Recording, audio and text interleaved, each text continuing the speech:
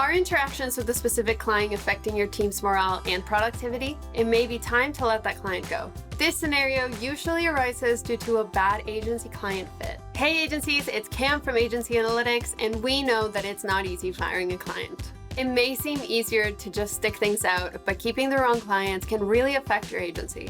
Look, we're a service-based company, so our customers represent 100% of our revenue. So I guess it's natural from that good customer alignment has the ability to, I guess, make or break us as a business. So I would say the things that matter the most are staff morale. Having the clients that are a right fit probably protects our staff. Preserves the integrity of our purpose and delivers better outcomes for our clients. With our sales team who are on the front line talking to these prospective clients, I've literally said to them, if it smells bad, walk away, because the stress and the morale, and ultimately I have people resign. We put it into our client liaison team, and it's like throwing in a grenade because that they can really burn account managers and cook them, and ultimately they end up leaving, which is cost me a hell of a lot more time and a lot more money and a lot more stress to replace that account manager with another one. And there's that discontinuation and gap of knowledge for all the other clients they were looking after. However, it's not always the client's fault when your relationship is no longer ideal. There are always two sides. So I think right fit isn't just getting along or avoiding those sort of toxic, dysfunctional kind of relationships. It's sometimes alignment of service or expectations or capabilities. The customer is the service we offer best for both parties. Is it actually right for them? Is it right for us? I think something I just want to make clear as well is that sometimes when the relationship goes bad, it's as much our fault as it is theirs. So it can, although it can degrade into what feels like a toxic relationship. Sometimes it would have been as simple as if they'd been with another agency, they would have been the dream client and it would have been great. So it's often just a misalignment. Yeah, and just being realistic about what you think you can achieve. And if you look at something and you go, look, I don't actually think I can help you, or we might not be the right people to help you, then we just say that and we just help them with the next steps. So that has definitely helped. But yeah, we have had those experiences in the past. Like I said, firing a client is tough, but sometimes it has to be done. So what does this process look like? The easiest thing to do is probably the least friction is, say, hey, this is not, we don't want to be in this anymore. We're going to kind of cut it off here. Here's everything we've done to date. You don't owe us anything.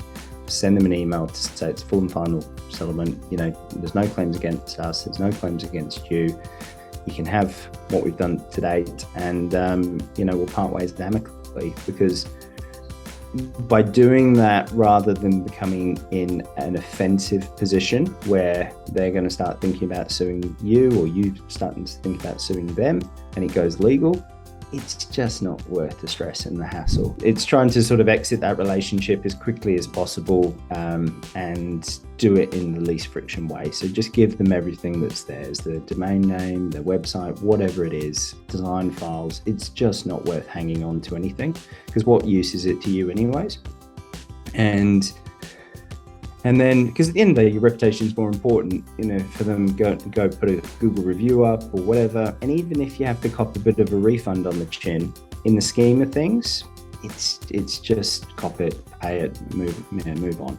The challenge is sort of, how do you extricate yourself out of that situation? Because there's sometimes there's contractual aspects to this. So you're in the middle of a scope of works that you can't just break off from. You've got to consider the contractual aspect of it. So in this particular case, we had to finish out the website and some of the project work, but sort of look at how we deal with the breakup. So in practical terms, I think for us, it's all about having both parties agree that this isn't working. So I would never sort of blindside a client and say, look, we're breaking up. This isn't the sort of Donald Trump, you're fired sort of scenario. It's more of a let's agree that this isn't working out, and how can we separate in a way that's good for us both, and have a conversation, talk it through. And I guess hopefully both appreciate that it's a misalignment and make the breakup happen in in a respectful manner. As we've discussed, letting go of a client is hard, so it's better to take a prevention-based approach. Focus on attracting and screening for clients that are the right fit right from the start.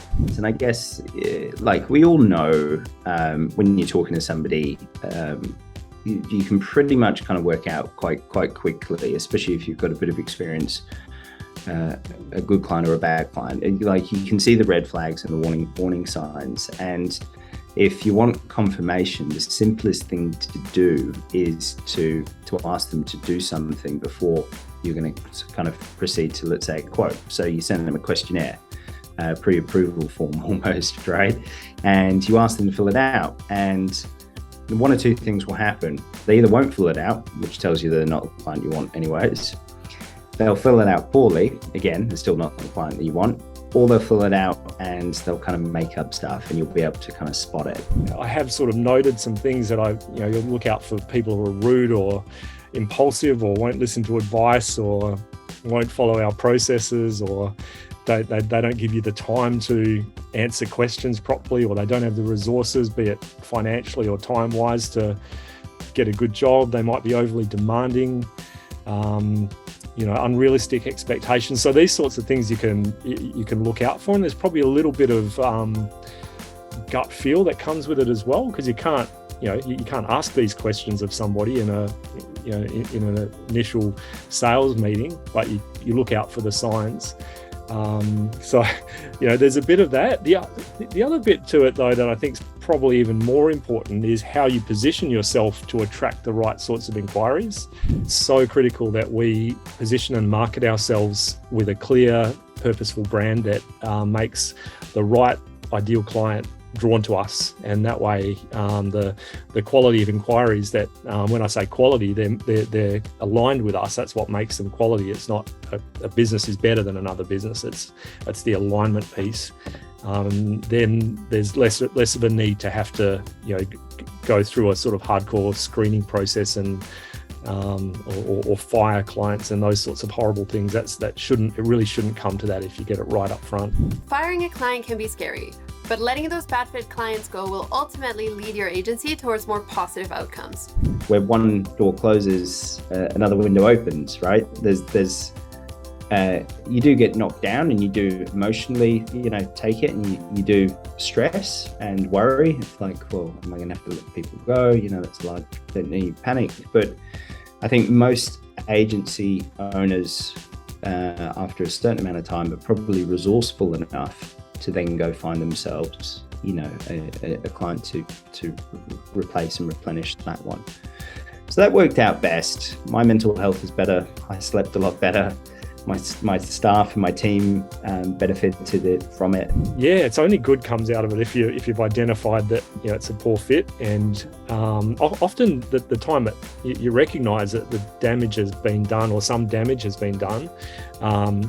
But whether that can be reversed or undone, I think the things that are positive that might come out of it are team feeling supported. So often you'll find is along the journey of a dysfunctional relationship with a client is that your team are suffering through it and they're hurting. And I think if you're able to separate, in a positive way, then the team are going to feel supported and respected. Often the byproduct of poor fit clients is feeling you're kind of spinning your wheels. You're not getting anything done. So there's kind of this, you feel stuck in the middle of it, and everyone's time is being wasted, and you're not getting good work completed. So when you have that sort of, that breakup happens, it sort of frees up time again, and people feel finally they can start delivering on work in an effective way.